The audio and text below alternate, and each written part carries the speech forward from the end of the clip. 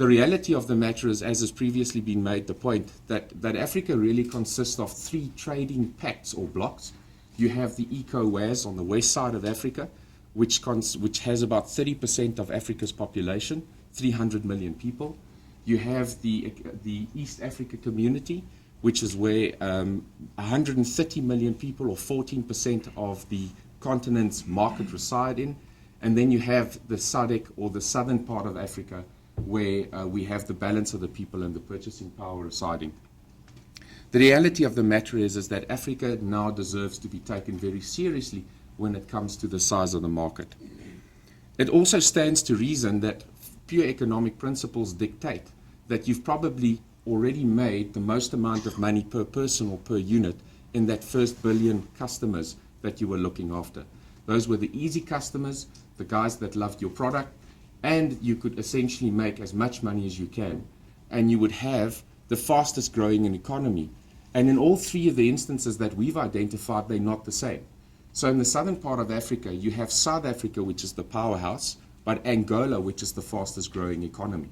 So I guess, where do you want to play? Do you want to be in a key market where possibly your profit per person is going to be higher? Or do you want to invest in a faster growing economy where you have to play the volume game and be less obsessive about profits in the short term? In the western side of Africa, our view is that Nigeria is a key market, but that Ghana and Cameroon are the fastest growing economies. And on the east side, there we would look at Kenya anchoring that part of the continent, with a place like Rwanda being the fastest growing economy. In many ways, I think the analogy here is to be like a surfer. I don't surf, but I've often watched how these individuals sit out there for minutes on end, paddling and just hanging on. And suddenly everybody paddles with mad abandon, and you wonder why. It's because the more experience you have, the better you are at identifying the right wave. But you can't start paddling when the wave's on top of you. You need to picture it out at least 15 to 10 seconds and catch the right wave. And that's going to be one of the biggest challenges that most people that want to play a proper game or a decent innings in Africa will have to get right. What is that trend? What is that wave that you're going to identify? Very quickly, just summarizing, ECOWAS in the west, the EAC in the east, and Central and Southern Africa being the three parts of the continent. From a growth point perspective, a very superficial comment, we see these six sectors, which I think, as Bill has also alluded to in his presentation, but these are essentially the areas where we see the most growth opportunities be for the different markets around Africa. And clearly, energy won't be the same in all of the countries. We've spoken around the fact that they're not all exactly the same from an infrastructure perspective. So what are some of the key challenges? I think the first key challenge is that whenever I speak to people that are interested in Africa, they want to obsess about data. And the first thing I have to tell them is forget about it. The best you can do is, in South Africa, we have pretty reliable stats on most things. But I challenge you to go and find those stats, recent stats, for any other country in Africa. So the first thing that as corporates we need to get our mind around is to obsess about internal rates of return, weighted average cost of capital, betas, and all of those things that drive conventional investment decisions and strategies. It's not something that you're going to find for most other African countries. So one of the things that you would have to do is you would have to go and walk the streets, which means that if you identify an opportunity in the market for your product, you would have to go and smell, walk, touch, and feel how the market will interact with your product and how the consumer will interact with your product. I've recently been to some of our northern neighbors where the products that are made in South Africa literally melts on the shelf. They haven't changed the formula, but the climate is just not conducive for that particular product. Funny enough, local product of exactly the same thing made in country does not melt. So they've obviously had to tweak the formula slightly to make that particular product be relevant. So the lack of multidimensional information is really challenging. The second point I'd like to allude to is the role of multinational donors. A number of the countries that all of us are looking forward from a growth and investment opportunity, to some or a lesser extent, is supported by donor money that comes in from agencies across the world. some of the more successful multinationals have been able to partner with these donor organizations to bridge that data gap, to see how the real versus the perceived risk of doing business in that country and in that market can be better understood and better preempted. And secondly, in some instances, we've also found that people's ability, companies' ability to on-sell their product to the consumer was largely dependent on the consumer being subsidized by donor funding. So you need to understand the government's developmental agenda, because if the donor and or the country and the government suddenly don't see eye to eye anymore and the donors walk away and take away their money, suddenly the whole market for your product collapses.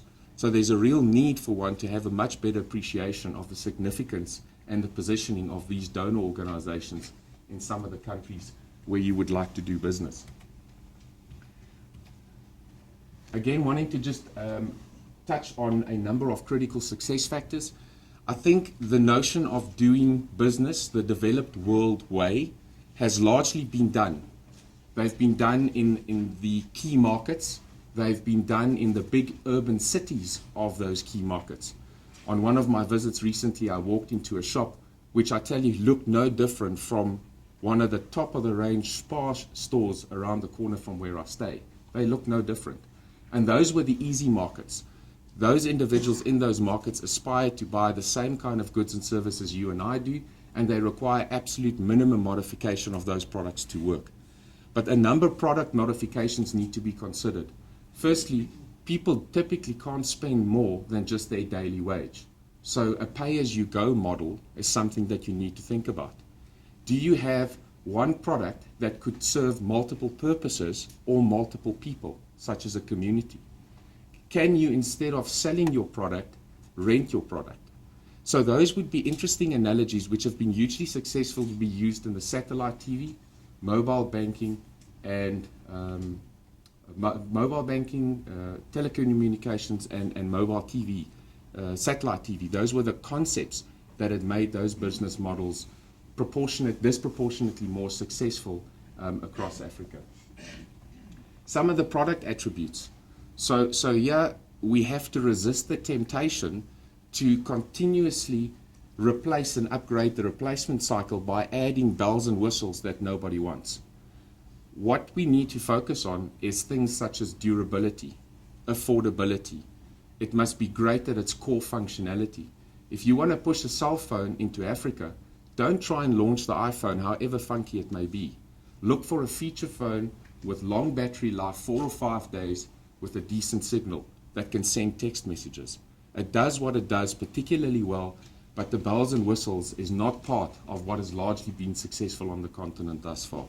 So those product attributes, hugely important. Affordability, durability is the other thing. Had a call from a client the other day that asked the question that said, why is the Africa's shoe polish per capita so much higher than any other part of the world? And it's all around the durability of the product of which the polish supports it. So it's interesting how one needs to change your mindset around those kinds of things. From a trends perspective, the one that I'd like to just very briefly leave with you is the role of greenification. In the developed world, we've been brainwashed into paying more if things are being done on a sustainable and organic manner. My question to you is this part of your strategy? Do you think that the African consumer, and I've just spoken around affordability and durability and chopping it up into pieces, is interested in this? I wonder, maybe not in the immediate here and now, but there is a perception out there that the developing world, of which Africa is part, is bearing the brunt of the developed world's ignorance with regards to these kinds of long-term trends. And I would like to think that you could position your product. You may not be able to sell it for a premium, but one should also not assume that with 500 cell phones in Africa, that the consumer is ignorant.